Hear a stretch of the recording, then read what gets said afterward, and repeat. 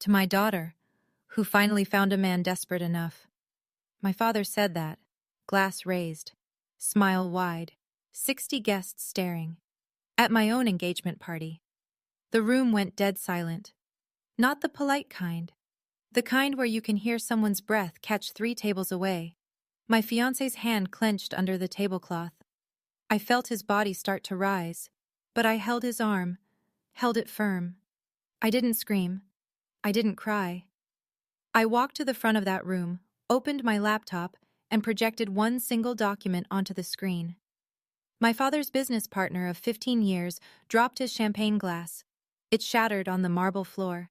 And that was the sound of my father's entire life falling apart. But this story doesn't start at the party. It starts 3 months earlier, the night I found something in my father's books that I was never supposed to see.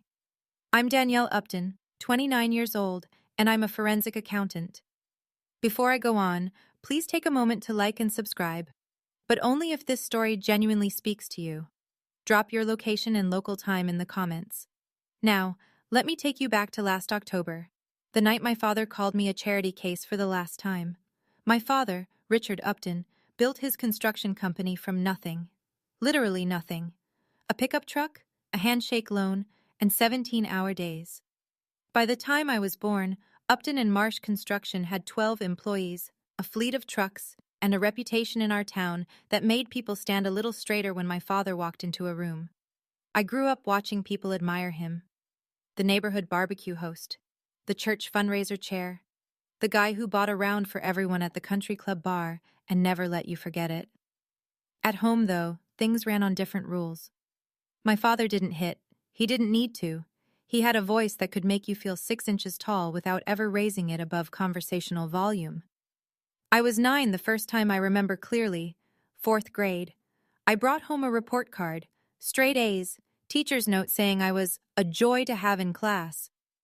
I set it on the kitchen counter like I was presenting evidence in my own defense. He barely looked at it. Good grades don't mean you're smart, Danielle. Teachers hand those out when they feel sorry for a kid. My mother, Linda, was sitting right there. She sipped her coffee, said nothing. That was the system. He cut. She watched. I bled quietly. But here's what made it so confusing. And this is the part people don't understand about growing up like this. My father wasn't cruel every day. When I was 12, he taught me to ride a bike in the driveway, and when I finally made it to the end of the street without falling, he said, "That's my girl." I held on to those 4 words for years, replayed them when things got bad. It wasn't until much later that I realized he'd said it in front of the Marshes, who were over for dinner. I was performing well. He was taking credit. That's the only version of pride my father ever had, the kind with an audience. The pattern didn't change as I got older. It just got more sophisticated. College graduation. I finished magna cum laude, accounting, minor in criminal justice. I'd worked 2 jobs to keep my GPA where it was. My hands were shaking when I walked across that stage. My parents came. My father wore his best suit.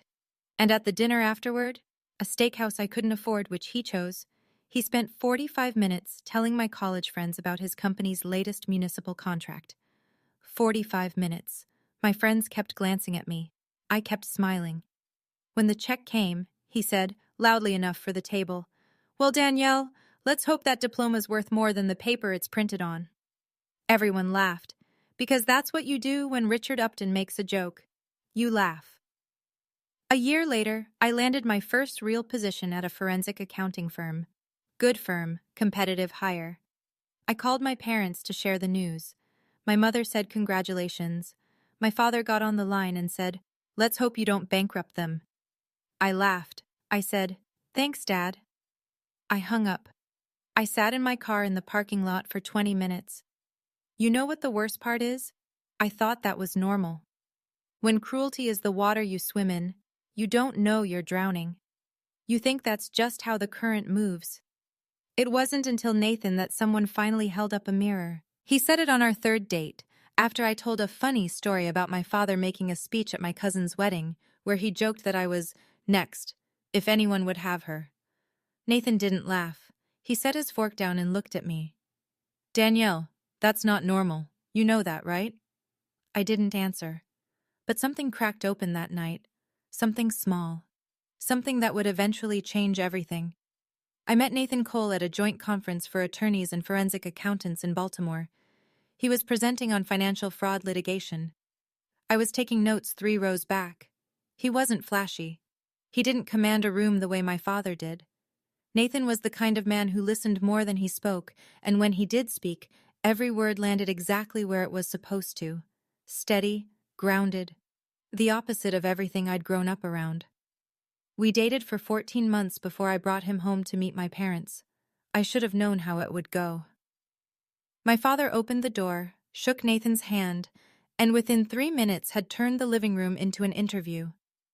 Where did Nathan go to school? What was his salary range? Did he come from money? Nathan answered everything calmly. No defensiveness, no posturing, just honest, direct answers. Then my father leaned back in his chair and said, "I hope you're patient, son. My daughter is the kind who needs to be led." The room went quiet. My mother looked at her hands. I opened my mouth to say something, I don't even know what, but Nathan got there first. "With all due respect, sir, Danielle is the most capable person I've ever met. No heat, no aggression, just a fact, delivered like he was reading it off a page." My father didn't respond. He just stared at Nathan for a long 3 seconds, then changed the subject to football. But I saw it. The micro shift in his jaw, the flicker behind his eyes. Nathan wasn't afraid of him. And that, I realize now, was the beginning of the end. Because my father's entire system depended on everyone in the room being just a little bit afraid. And Nathan simply wasn't. The man I loved had just become my father's newest problem. Nathan proposed on a Sunday morning. No ring in a champagne glass. No skywriting. He made me coffee, sat across from me at our kitchen table, and said, "I want the rest of my life to look exactly like this. Will you marry me?" I said yes before he finished the sentence. We wanted something small for the engagement party. 15, maybe 20 people. Our friends. A backyard. Some wine. Simple. My father had other plans. He called 2 days after the proposal. "I'm handling the party, Danielle. I've already booked the Whitfield." The Whitfield, a venue he used for his corporate events.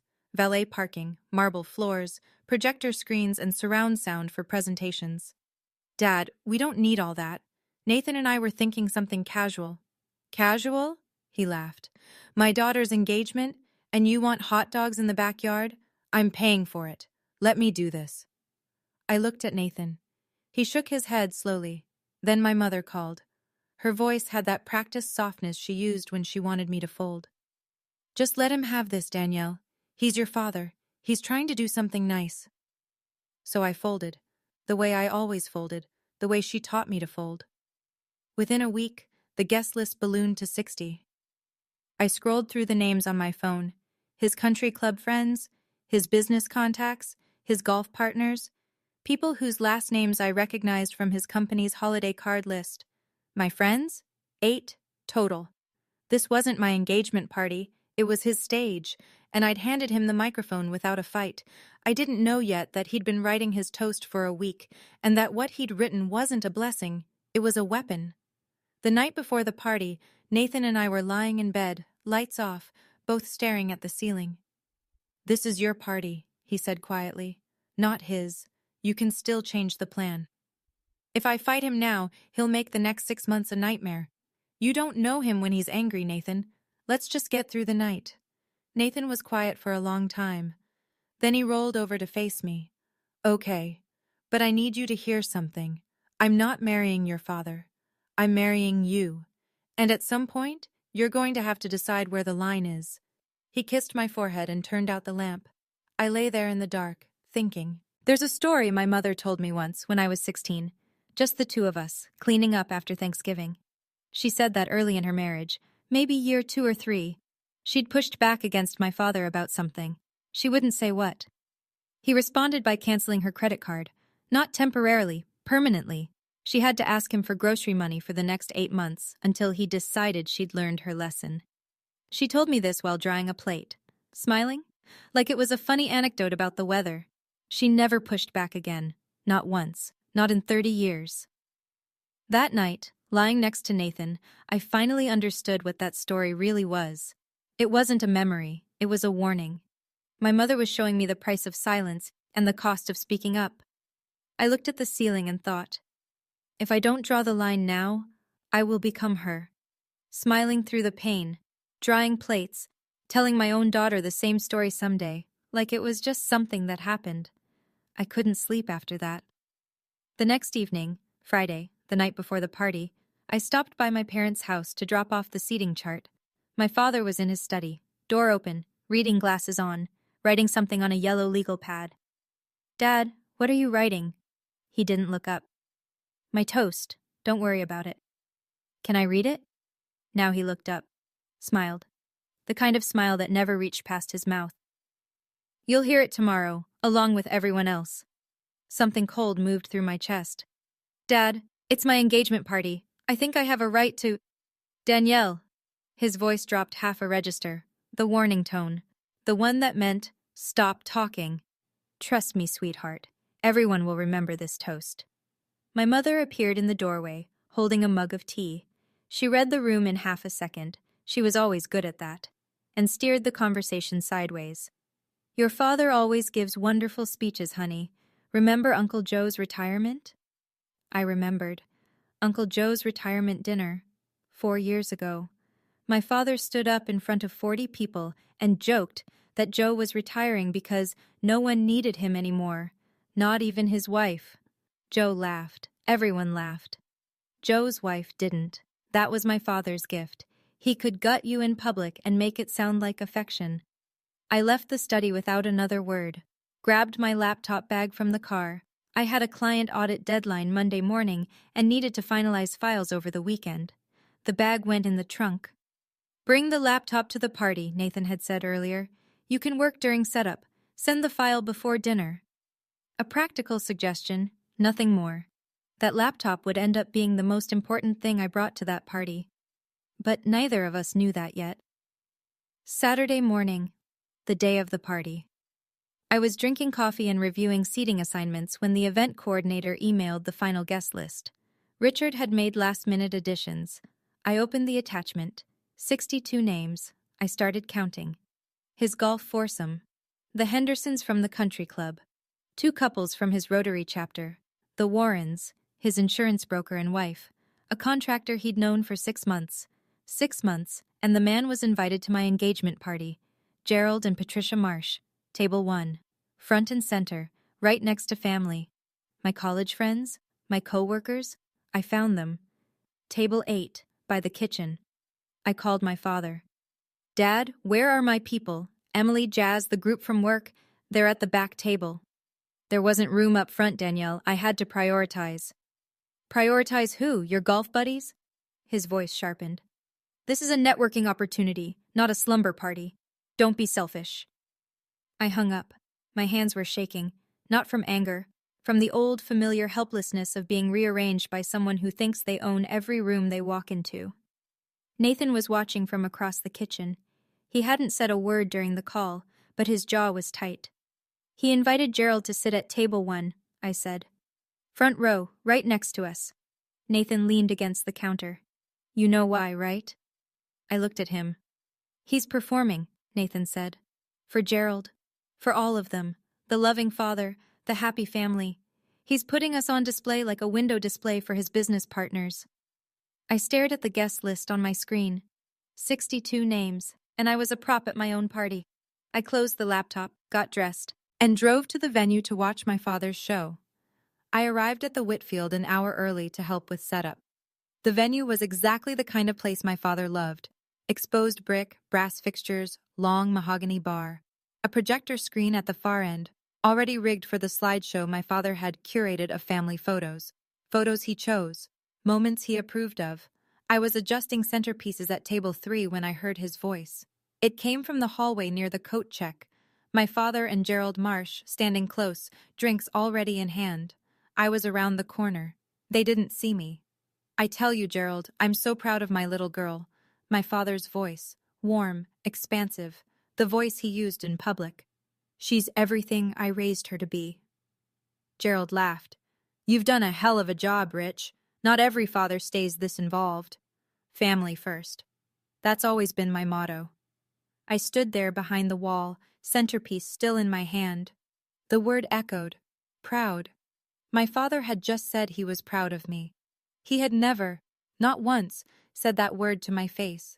Not at graduation, not when I passed my CPA, not when I earned my CFE certification, not even once in 29 years, but here, in a hallway, to the man whose money he was stealing. That's where the word lived. It was currency, spent where it would buy him something. I set the centerpiece down and walked away. Quietly. I didn't confront him. I didn't cry. I just filed it where I file everything my father gives me, in the place where pain sits so long it starts to feel like furniture. What I didn't know yet was this. Gerald Marsh, the man standing there calling my father a great dad, had been quietly losing hundreds of thousands of dollars to the man he was toasting. And I had the proof on my laptop in the trunk of my car. Let me back up. 3 months before the party, I was working late at my firm, deep in a forensic audit for a commercial client, a mid-size real estate developer flagged for irregular disbursements. Tedious work. Spreadsheets and wire transfers and shell companies layered like Russian dolls. I was tracing a chain of payments through a limited liability company, registered in Delaware, as they always are, when something snagged. The LLC had no website, no employees on record, no public filings beyond the bare minimum. But the wire transfers flowing through it were substantial, consistent, monthly. I kept pulling the thread. The LLC was linked to a holding company. The holding company shared a registered agent with another entity. And that entity, buried 3 layers down, behind enough paperwork to make your eyes bleed, connected back to a name I recognized. Upton and Marsh Construction, LLC, my father's company. I stared at the screen. My coffee went cold. The office was empty. Everyone had left hours ago. The cleaning crew was vacuuming down the hall. My training kicked in before my emotions could. Certified fraud examiners have an obligation. If we uncover evidence of financial fraud during the course of our work, we don't get to look away. It's not optional. It's the job. But this was my father. I saved the files, closed the laptop, drove home, sat in my car in the driveway for 10 minutes, engine off, hands on the wheel. Then I went inside, opened a new folder on my personal laptop, and named it Project Atlas. Over the next several weeks, I worked on it after hours, alone, tracing every transaction, documenting every discrepancy, building the kind of report I build for clients. Except this time, the subject was the man who raised me. I told no one, not yet. 2 weeks in, I told Nathan. Not because I wanted to, because I couldn't carry it alone anymore. I was waking up at 3 a.m., staring at the ceiling, running numbers in my head, second-guessing every entry in that folder. The auditor in me knew what the data showed. The daughter in me kept looking for another explanation. There wasn't one. I sat Nathan down at the kitchen table on a Tuesday night, showed him the summary. He read it slowly, the way lawyers read everything, once for content, once for implications. When he finished, he looked up. How much? Hard to say without full access, but based on what I can trace, significant. Over a decade. He set the papers down. What do you want to do with this? I don't know. He's my father. Nathan nodded.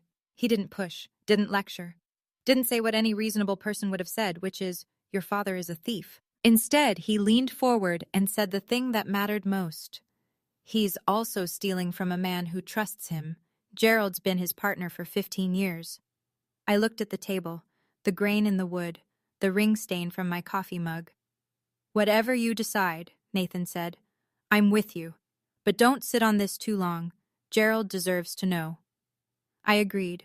My plan was clear. Finish the audit, compile the full report, get through the engagement party. Then, Monday morning, I'd send the report directly to Gerald, face to face if possible. Clean, professional. No drama, no scene. Just the truth, delivered the way I'd deliver it to any client. Bring the laptop to the party, Nathan said a few days later. You've got that Monday deadline anyway. It was a practical suggestion, reasonable. The kind of thing that made complete sense at the time. My father, of course, had his own plans for that evening, and they changed mine entirely. Saturday evening, 6:30.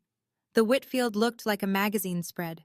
Candles on every table, white orchid arrangements, a string quartet in the corner playing something soft and classical that I couldn't name. My father had outdone himself. That was the thing about Richard Upton. When he performed flawlessly. Nathan and I arrived together. I was wearing a cream silk dress I'd bought specifically for tonight. Nathan was in a navy suit, his hand steady on the small of my back as we walked through the double doors. My father met us in the foyer. He was already working the room, champagne in hand, handshake ready. "There she is," he opened his arms. "There's my beautiful girl." He hugged me, held it for 3 full seconds. His cologne was sharp and expensive. My body went rigid.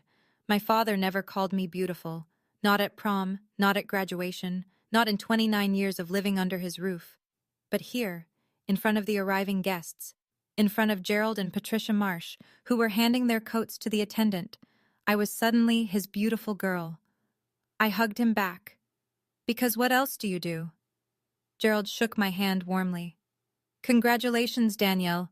Your father hasn't stopped talking about this party for weeks." "Thank you, Mr. Marsh. I'm glad you're here." And I meant it, though not in the way he thought. Nathan squeezed my hand under the table once we sat down. I leaned into him and whispered, "He's performing." Nathan whispered back, "I know. Just breathe." I looked around the room. 60 faces, candles flickering, wine pouring, my father moving from table to table like a candidate working a rally, shaking hands, clapping shoulders, laughing the big laugh. This was his night. Not mine. Not yet. Dinner was served at 7:15. My father had arranged the seating so he was at the head of our table, table 1, with Gerald and Patricia to his right, my mother to his left, and Nathan and me across from them, like a tribunal. The food was excellent, the wine was expensive, and my father was in rare form. Somewhere between the salad course and the entree, he started telling stories. Not about Nathan and me, about me, the greatest hits of Danielle's failures, repackaged as comedy. "Did I ever tell you about the time Danielle failed her driving test? 3 times. He held up 3 fingers. Laughter rippled down the table. "And the cooking. Oh God, the cooking. She nearly burned the kitchen down making scrambled eggs. Scrambled eggs!" More laughter. Then he leaned in, conspiratorial, like he was sharing a secret. "And her first boyfriend? What was his name? Danielle? Kevin? Kyle? He lasted about 4 months before he ran for the hills." The table laughed. My mother laughed. Even people who didn't know me laughed, because my father had that gift, the gift of making cruelty sound like warmth. I smiled. The autopilot smile. The one I'd been practicing since I was 9. Nathan didn't smile. His hand found mine under the table and held it. Across the table, Patricia Marsh tilted her head slightly. She leaned toward my mother and said, softly, but not softly enough, "Richard's being a bit hard on her tonight, isn't he?" My mother's answer came instantly, reflexively, the way a trained response always does. "Oh, that's just how he shows love." Patricia looked at me. Our eyes met for half a second. She didn't say anything else. But I could see it. The recognition. The quiet alarm of a woman who knows exactly what she's watching. She told me later, "I knew right then. I just didn't know how bad it was about to get." 8:15. Dessert plates cleared. The string quartet paused. My father stood up. He buttoned his jacket, picked up a spoon, tapped it against his champagne glass 3 times. The room quieted in that practiced way. The way people quiet down for a man they've learned to listen to. "I want to raise a glass to my daughter Danielle." I straightened in my chair. My heart did something stupid. It hoped. Even after everything, after 29 years of evidence, some broken part of me still leaned toward the light. Maybe this time. "For 29 years," he said, scanning the room with that showman's gaze, "I've watched this girl struggle." The word landed like a stone in water. With school, with work, with every relationship that didn't quite work out. My face went hot. I could feel 60 pairs of eyes shifting toward me. I'll be honest, There were times I wasn't sure anyone would stick around long enough to figure her out. A few uncomfortable laughs, glasses held midair. Then he raised his champagne flute, smiled his biggest smile, and delivered the line he'd been writing all week.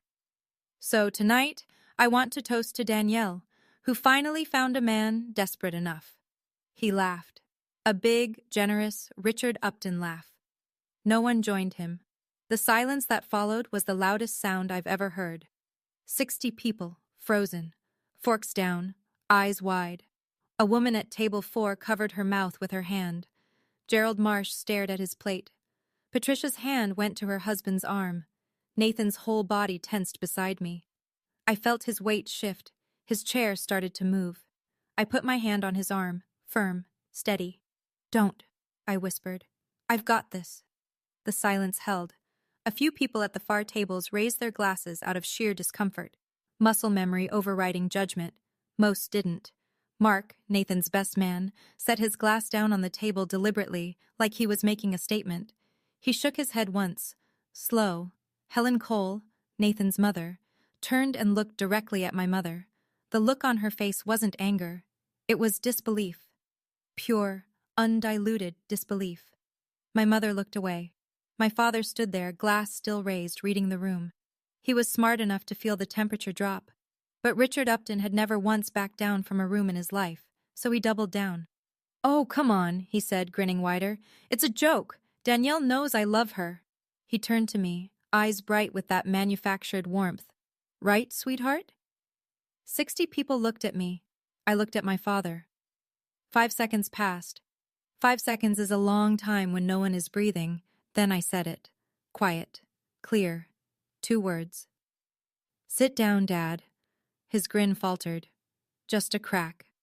"Danielle, don't be dramatic." I said sit down. My voice didn't rise. I didn't need it to. The room was so silent that a whisper would have carried to the back wall. My father stared at me. For one horrible, electric second, I thought he was going to argue. His mouth opened, then closed. He looked around, searching for an ally, a laugh, anyone, and found nothing. Just 60 faces watching him like witnesses. He sat down. It was the first time in my entire life that my father did what I told him to do. I pushed my chair back, stood up, smoothed the front of my dress, and walked, calm, steady, no rush, to the front of the room. I had a laptop in my bag, and a file that had been waiting for this moment without either of us knowing it. The walk from table 1 to the front of that room was maybe 30 feet. It felt like a mile. I could feel every set of eyes tracking me, the rustle of napkins, someone clearing their throat, a chair creaking as someone shifted to see better. My laptop bag was under the AV table near the projection screen. I'd stashed it there during setup, planning to send my Monday file during cocktail hour. I hadn't needed it then. I needed it now. I unzipped the bag, opened the laptop. My hands were steady. My heart was not. My father's voice came from behind me, sharp. "Danielle, what are you doing?" I didn't turn around. I plugged the HDMI cable into the projector port. The same projector my father had set up for his curated family slideshow. Photos of vacations he'd chosen, holidays he'd staged, a highlight reel of a family that didn't exist. The screen lit up. I opened the folder, Project Atlas. Then I turned to face the room. 60 people. My mother gripping her napkin. Nathan standing now 3 steps behind me. Gerald Marsh at table 1, his reading glasses still perched on his nose from reviewing the dessert menu. "My father just told 60 people that no man would willingly marry me," I said. My voice was even, professional, the same tone I use when I present findings to a client. "I think it's only fair that these same 60 people know who my father really is." I clicked the file open. The first page filled the screen. White background, black text, a header that read, "Forensic Audit Summary, Unauthorized Fund Transfers, Upton and Marsh Construction, LLC." Gerald Marsh's champagne glass began to tilt in his hand. I didn't give a speech. I didn't need to. "This is a forensic audit report I compiled over the past 3 months," I said. "It documents a pattern of unauthorized fund transfers from the company my father co-owns with Mr. Gerald Marsh." I scrolled to the summary page. 3 columns, dates, amounts, destination accounts, a decade of transactions laid out in the clean, clinical format I'd been trained to produce. The numbers spoke for themselves. My father shot to his feet. His chair scraped the marble floor with a sound that made two people flinch. "This is ridiculous!" His voice was loud now, loud in a way it never was in public, the indoor voice cracking open to show what lived underneath. "You don't know what you're talking about!" I turned and looked at him, directly. For the first time in 29 years, I looked at my father without flinching. "Dad, I'm a certified fraud examiner. This is literally what I do." The room didn't gasp. It was worse than that. It just absorbed. 60 people processing at once. I could see it moving across the tables like weather. The widened eyes, the hands reaching for phones, the couples leaning into each other to whisper. Then the sound. Glass on marble. Sharp. Final. Gerald Marsh's champagne flute slipped from his fingers and shattered on the floor. The sound cracked through the silence like a gunshot. Patricia grabbed her husband's arm. "Gerald!" Gerald didn't look at her. He was staring at the screen. His face had gone gray. The kind of gray that comes when you're watching 15 years of trust dissolve in 15 seconds. Then he looked at my father, and the expression on Gerald Marsh's face, I'll never forget it. It wasn't anger, not yet. It was the look of a man discovering that his house has been on fire for years and no one told him. My father moved fast. He always did when the walls closed in. He stepped toward Gerald, both palms up, the peacemaker's pose. "Gerald, listen to me. She's lying. She's angry. I made a joke she didn't like, and now she's making things up to humiliate me." Gerald raised one hand, didn't stand, didn't shout, just one hand, palm out, the way you stop traffic. "Don't." One word, but his voice shook, and that single tremor carried more weight than anything my father had said all night. Gerald reached into his jacket pocket and pulled out his phone. He dialed a number. Right there, at table 1, in front of every person in that room. His voice was low but clear enough for the tables nearby to hear. "Ray, it's Gerald. I need you in the office Monday morning. First thing, it's about the partnership."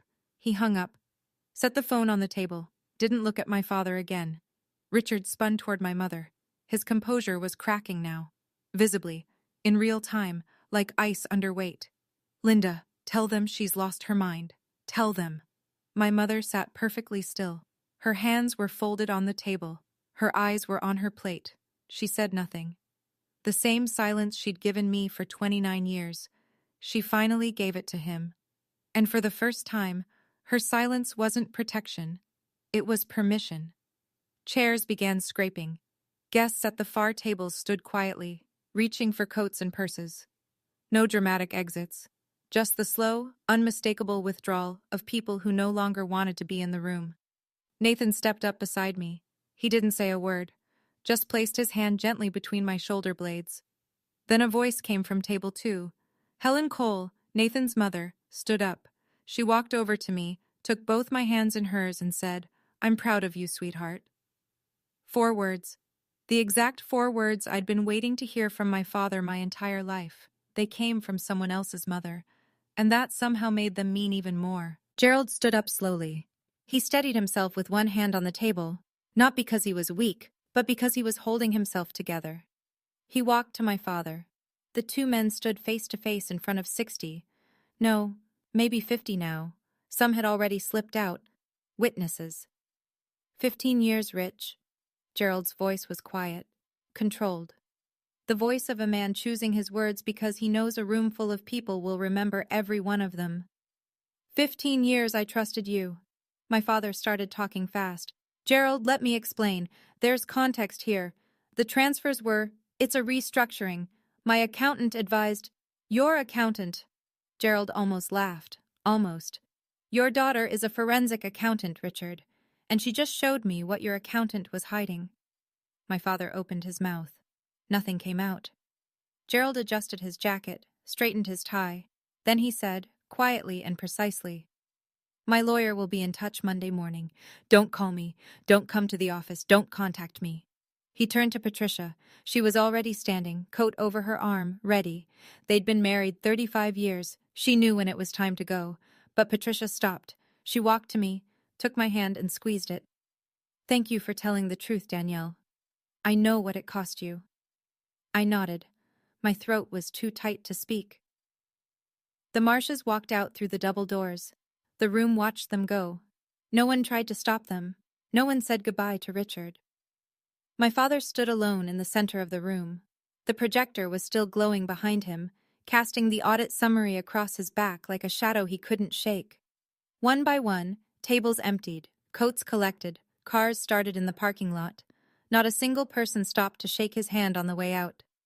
By 9 o'clock, the room was nearly empty. The string quartet had packed up 20 minutes ago.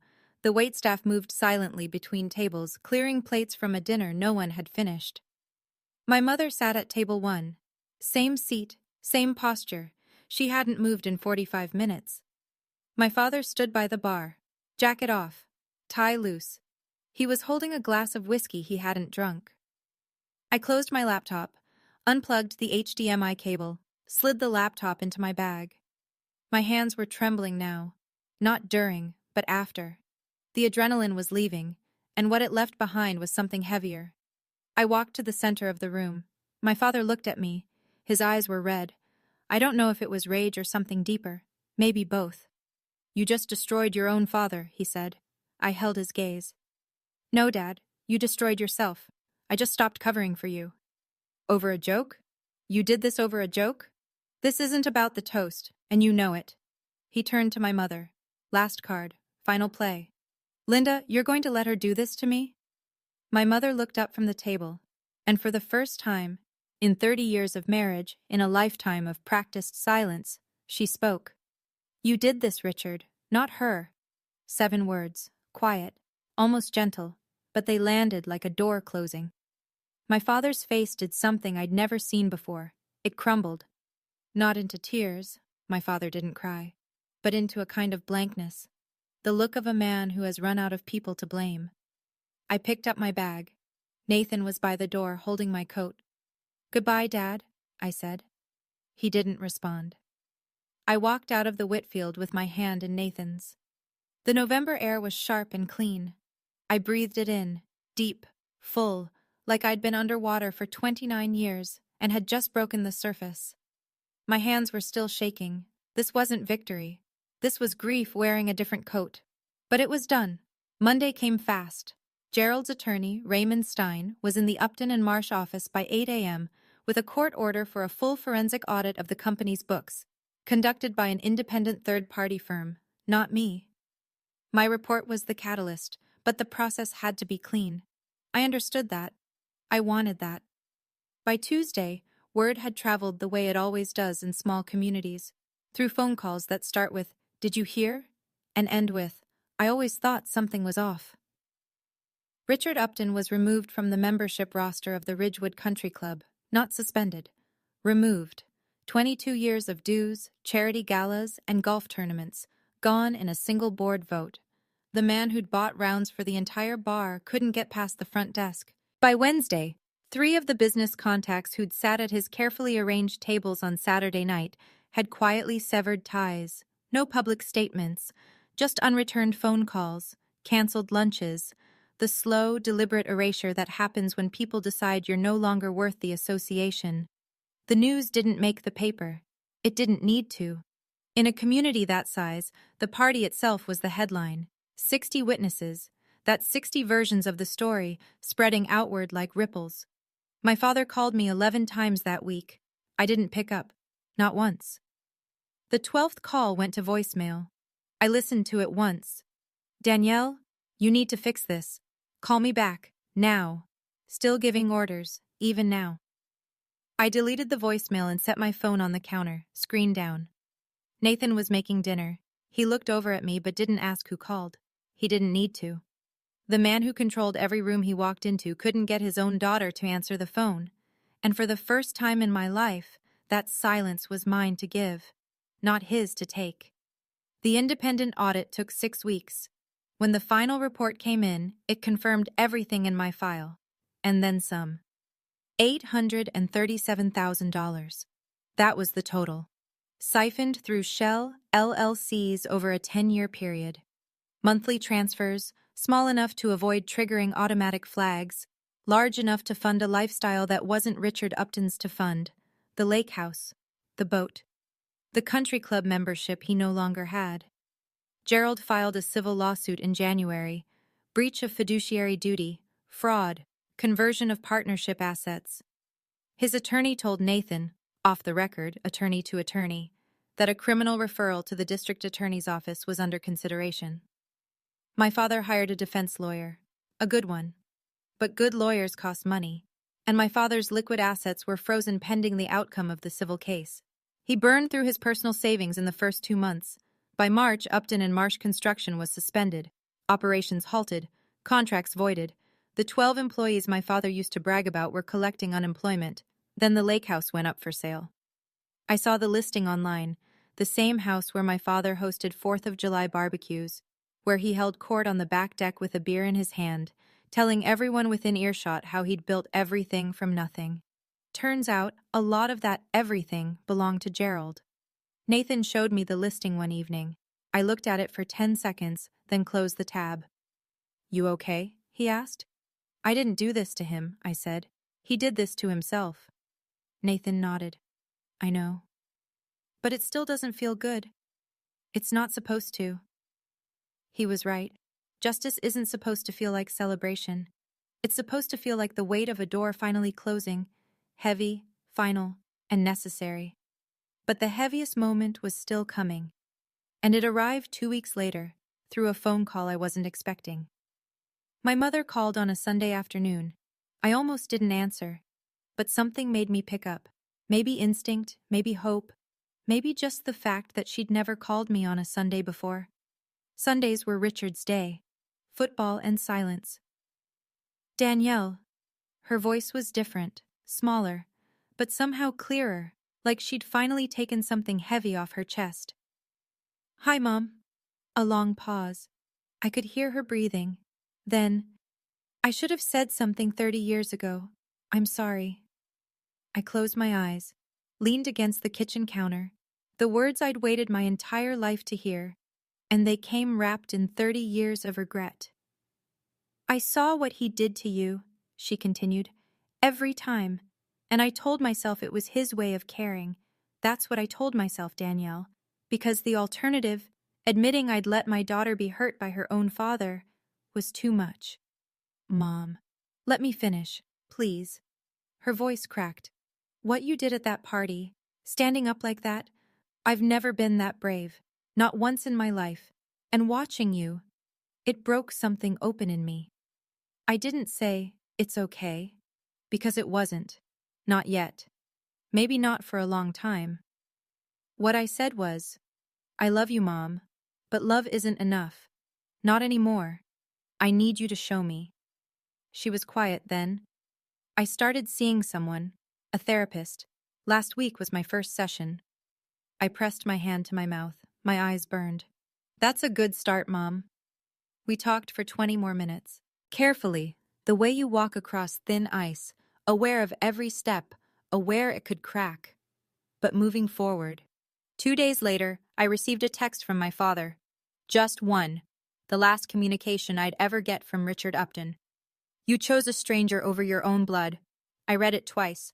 Then I understood. And it was the final confirmation I needed. Gerald Marsh, his partner of 15 years, his friend, the man whose money he stole. My father still called him a stranger. Richard Upton didn't know what trust was. He only understood control. And when control was gone, he had nothing left. I deleted the text, and I didn't look back. 6 months after the party, Nathan and I hosted our own celebration. Not at the Whitfield, not at any venue. In Nathan's parents' backyard. 15 people. String lights from the hardware store, burgers on the grill. A Bluetooth speaker playing a playlist Nathan and I had made together on a lazy Sunday morning. No projector, no slideshow, no seating chart. My friends, Emily, Jasmine, the crew from work, sat on lawn chairs and drank beer from cans. Nathan's mom, Helen, brought her famous lemon bars. Mark gave a toast that was 3 sentences long and made everyone laugh. Real laughter. The kind that comes from the belly, not from obligation. My mother came. She arrived early, carrying a dish she'd made herself, something she hadn't done in years, because my father always ordered catering. She was quieter than usual, careful with her words, but she was there, present, trying. My father was not invited. Halfway through the evening, the doorbell rang. A delivery. Flowers. A massive arrangement of white peonies, with a card. I opened it. To Danielle, the most honest person I've ever known. Congratulations. Gerald and Patricia Marsh. I stood in the doorway holding that card for a long time. Nathan came up behind me. You okay? Yeah, I said. I spent 29 years trying to earn one word from my father. And here's Gerald Marsh giving me something my dad never could. Nathan put his arm around me. Some people build, some people take. You can't change which one your father chose to be. I pressed my face into his shoulder, and I cried. The first time since the party. Real, messy, ugly tears. Not because I was sad exactly, but because something that had been locked tight for 29 years had finally opened, and everything inside needed somewhere to go. 15 people who actually wanted to be there. That's all I ever needed. People ask me if I regret it. The answer is complicated. I regret it every single day, but not for the reason you might think. I don't regret the truth. I don't regret standing up. I regret that my father put me in a position where I had to choose between loyalty and honesty. That choice should never have been mine to make. Let me be clear about something. I didn't project that document to get revenge. I didn't walk up there with a plan. My plan was Monday morning, clean, professional, private. But when my father stood in front of every person I loved and told them I was worthless, when he turned my engagement party into one last performance where he was the star and I was the punchline, something shifted. Not anger, something deeper. The realization that if I sat down and swallowed this, I would swallow everything. Forever.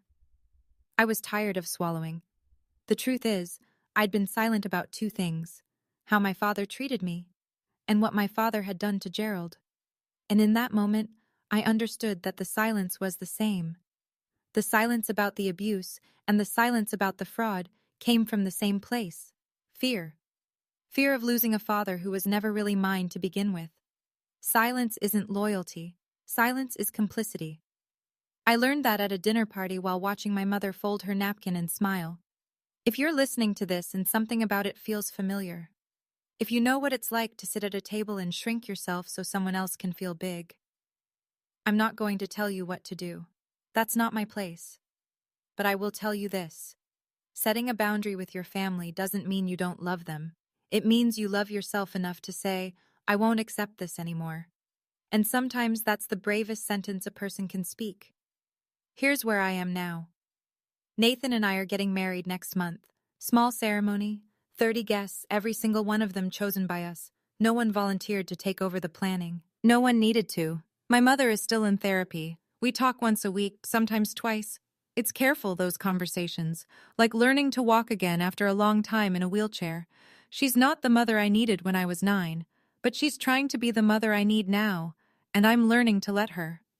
Gerald's civil case is moving through the courts. I don't follow the details. I gave my deposition last month. Professional, fact-based, no emotion, just the numbers. The numbers are enough. Richard sold the lake house. I heard through a cousin that he's renting an apartment on the east side of town. Alone. Linda moved in with her sister in February. My father hasn't contacted me since that text message. I don't expect him to. The man who spent 29 years controlling every conversation finally ran into one he couldn't manage. I'm not a hero. I want you to know that. I'm not some warrior who planned the perfect takedown.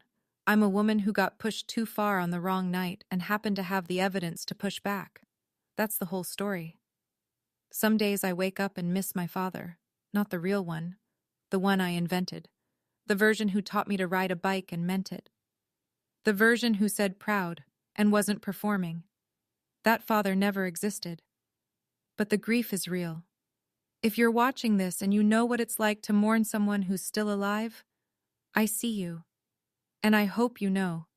You're allowed to grieve and move forward at the same time. I'm not a hero. I'm just someone who finally told the truth. And the truth, it turns out, was enough. If Danielle's story stayed with you, drop a comment. Have you ever had to choose between loyalty and truth, or just type, I choose me? That's enough. If this is your first time here, hit subscribe. I share stories like this every week. Real people, real moments, real boundaries. There's another one waiting for you in the description. I think you'll feel it. I'll see you there.